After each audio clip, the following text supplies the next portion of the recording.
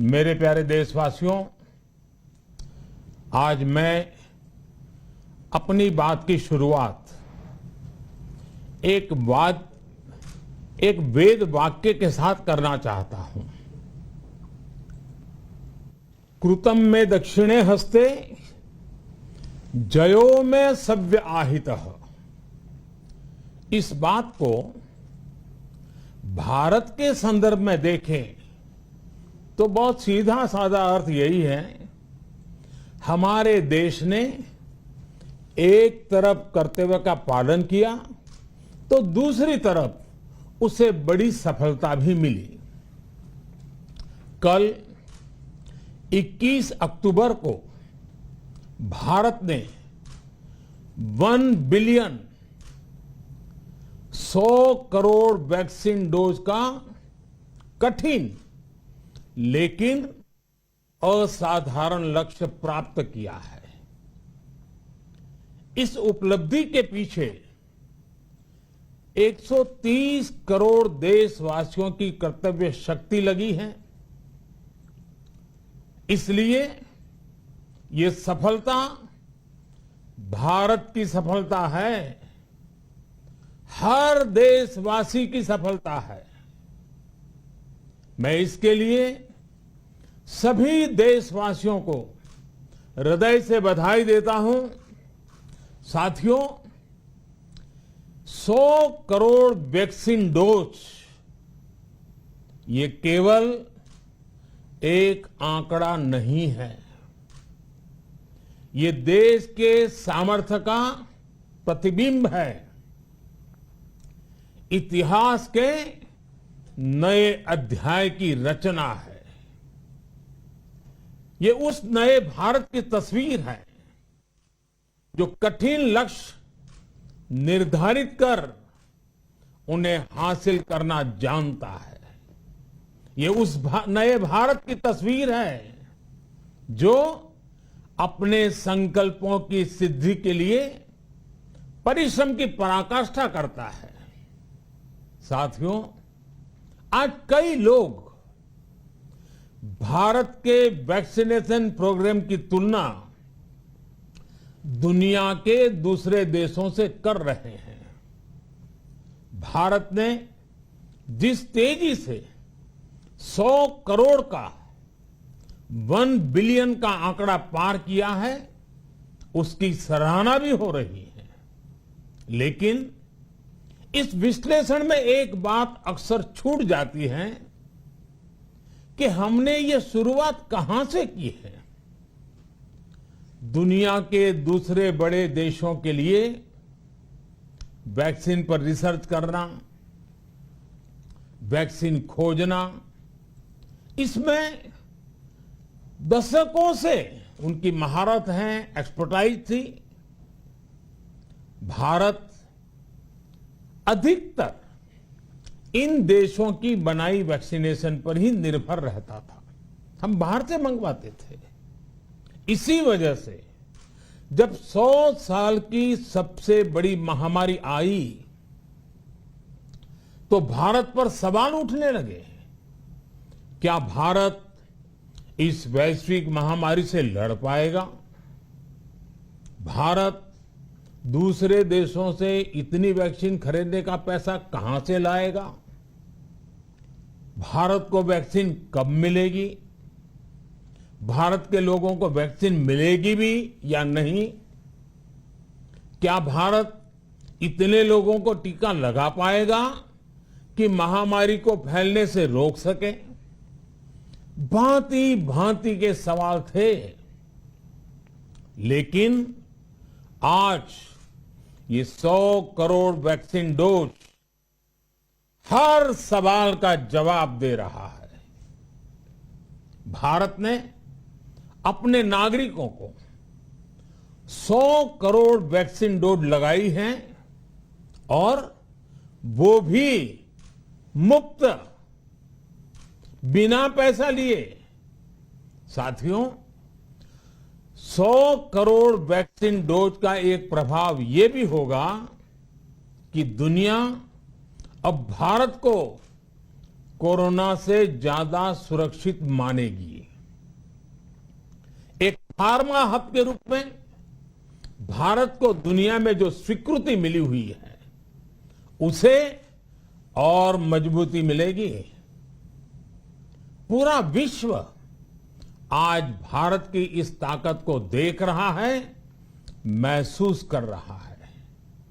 साथियों, भारत का वैक्सीनेशन अभियान सबका साथ, सबका विकास, सबका विश्वास और सबका प्रयास का सबसे जीवंत उदाहरण है। कोरोना महामारी की शुरुआत में ये भी आशंकाएं व्यक्त की जा रही थी कि भारत जैसे लोकतंत्र में इस महामारी से लड़ना बहुत मुश्किल होगा। भारत के लिए, भारत के लोगों के लिए ये भी कहा जा रहा था कि इतना संयम, इतना अनुशासन यहां कैसे चलेगा। लेकिन हमारे लिए लोकतंत्र का मतलब है सबका साथ। सबको साथ लेकर देश ने सबको वैक्सीन, मुफ्त वैक्सीन का अभियान शुरू किया।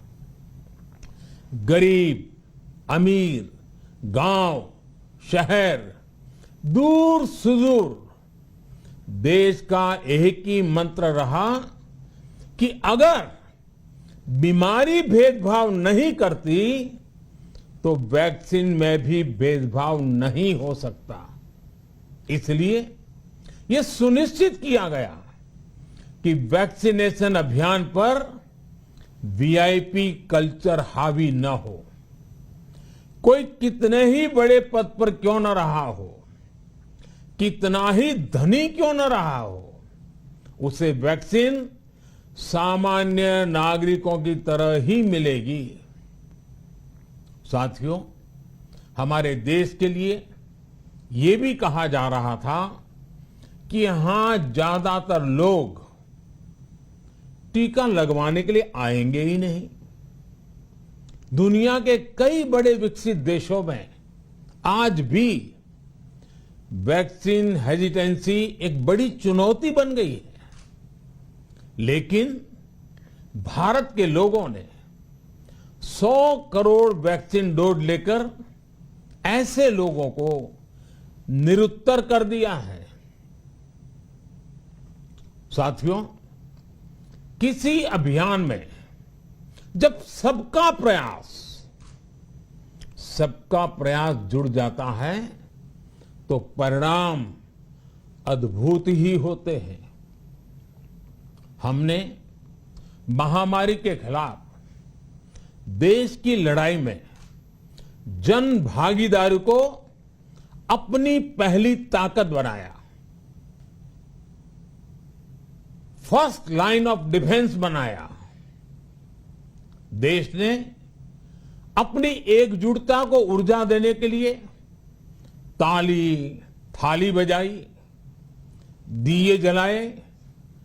तब कुछ लोगों ने कहा था कि क्या इससे बीमारी भाग जाएगी? लेकिन हम सभी को उसमें देश की एकता दिखी, सामूहिक शक्ति का जागरण दिखा। इसी ताकत ने कोविड वैक्सीनेशन में आज देश को इतने कम समय में 100 करोड़ तक पहुंचाया है। कितनी ही बार हमारे देश ने एक दिन में 1 करोड़ टीकाकरण का आंकड़ा पार किया है। ये बहुत बड़ा सामर्थ्य है, प्रबंध कौशल है, टेक्नोलॉजी का बेहतरीन इस्तेमाल है, जो आज बड़े बड़े देशों के पास भी नहीं है। साथियों, भारत का पूरा वैक्सीनेशन प्रोग्राम विज्ञान की कोख में जन्मा है, वैज्ञानिक आधारों पर पनपा है और वैज्ञानिक तरीकों से चारों दिशाओं में पहुंचा है।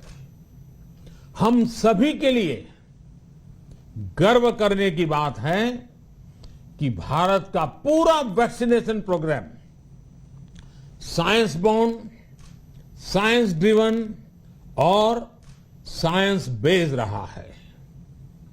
वैक्सीन बनने से पहले और वैक्सीन लगने तक इस पूरे अभियान में हर जगह साइंस और साइंटिफिक अप्रोच शामिल रही है। हमारे सामने चुनौती मैन्युफैक्चरिंग को लेकर भी थी, प्रोडक्शन को स्केल अप करने की भी थी। इतना बड़ा देश, इतनी बड़ी आबादी, उसके बाद अलग अलग राज्यों में, दूर दराज इलाकों में समय से वैक्सीन पहुंचाना, ये भी किसी भागीरथ कार्य से कम नहीं था। लेकिन वैज्ञानिक तौर तरीकों और नए नए इनोवेशन से देश ने इस चुनौतियों के समाधान तलाशे और असाधारण स्पीड से संसाधनों को बढ़ाया गया। किस राज्य को कितनी वैक्सीन कब मिलनी चाहिए, किस इलाके में कितनी वैक्सीन पहुंचनी चाहिए, इसके लिए भी वैज्ञानिक फॉर्मूले के तहत काम हुआ। हमारे देश ने कोविन प्लेटफॉर्म की जो व्यवस्था बनाई है, वो भी विश्व में आकर्षण का केंद्र है। भारत में बने कोविन प्लेटफॉर्म ने न केवल आम लोगों को सहूलियत दी, बल्कि हमारे मेडिकल स्टाफ के काम को भी आसान बनाया। साथियों, आज चारों तरफ एक विश्वास है, उत्साह है, उमंग है। समाज से लेकर इकोनॉमी,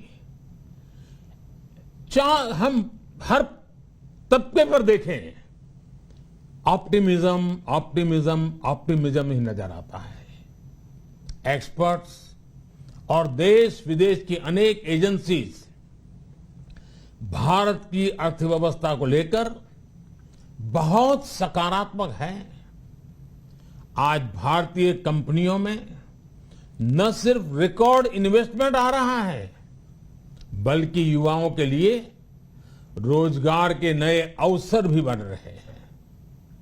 स्टार्टअप्स में रिकॉर्ड इन्वेस्टमेंट के साथ ही रिकॉर्ड स्टार्टअप्स यूनिकॉर्न बन रहे हैं। हाउसिंग सेक्टर में भी नई ऊर्जा दिख रही है। पिछले महीनों में किए गए कई सारे रिफॉर्म्स, कई सारे इनिशिएटिव, गति शक्ति से लेकर नई ड्रोन पॉलिसी तक भारत की अर्थव्यवस्था को और तेजी से आगे बढ़ाने में बड़ी भूमिका निभाएंगे। कोरोना काल में कृषि क्षेत्र ने हमारी अर्थव्यवस्था को मजबूती से संभाले रखा। आज रिकॉर्ड लेवल पर अनाज की सरकारी खरीद हो रही है। किसानों के बैंक खातों में सीधे पैसे जा रहे हैं। वैक्सीन के बढ़ते हुए कवरेज के साथ साथ आर्थिक सामाजिक गतिविधियां हो, खेल जगत हो, टूरिज्म हो, एंटरटेनमेंट हो, सब तरफ सकारात्मक गतिविधियां तेज हो रही हैं। आने वाले त्योहारों का मौसम इसे और गति देगा और शक्ति देगा। साथियों, एक जमाना था जब मेड इन ये कंट्री, मेड इन वो कंट्री, इसी का बोलबाला था, बहुत क्रेज हुआ करता था। लेकिन आज हर देशवासी ये साक्षात अनुभव कर रहा है कि मेड इन इंडिया की ताकत बहुत बड़ी होती है। और इसलिए आज मैं आपसे फिर ये कहूंगा कि हमें हर छोटी से छोटी चीज जो मेड इन इंडिया हो, जिसे बनाने में किसी भारतवासी का पसीना बहा हो, उसे खरीदने पर जोर देना चाहिए। और ये सबके प्रयास से ही संभव होगा। जैसे स्वच्छ भारत अभियान एक जन आंदोलन है, वैसे ही भारत में बनी चीज खरीदना, भारतीयों द्वारा बनाई चीज खरीदना, वोकल फॉर लोकल, ये हमें व्यवहार में लाना ही होगा। और मुझे विश्वास है, सबके प्रयास से मुझे विश्वास है भी करके रहेंगे। आप याद करिए, पिछली दिवाली हर किसी के मन मस्तिष्क में एक तनाव था, लेकिन इस दिवाली 100 करोड़ वैक्सीन डोज के कारण एक विश्वास का भाव है। अगर मेरे देश की वैक्सीन मुझे सुरक्षा दे सकती है, तो मेरे देश का उत्पादन, मेरे देश में बने सामान मेरी दिवाली और भी भव्य बना सकते हैं। दिवाली के दौरान बिक्री की एक तरफ और बाकी साल की बिक्री एक तरफ होती है। हमारे यहां दिवाली के समय, त्योहारों के समय बिक्री एकदम बढ़ जाती है। 100 करोड़ वैक्सीन डोज हमारे छोटे छोटे दुकानदारों, हमारे छोटे छोटे उद्यमियों, हमारे रेहड़ी पटरी वाले भाइयों बहनों, सभी के लिए आशा की किरण बनकर आई है। साथियों, आज हमारे सामने अमृत महोत्सव के संकल्प है, तो ऐसे में हमारी ये सफलता हमें एक नया आत्मविश्वास दिलाती है।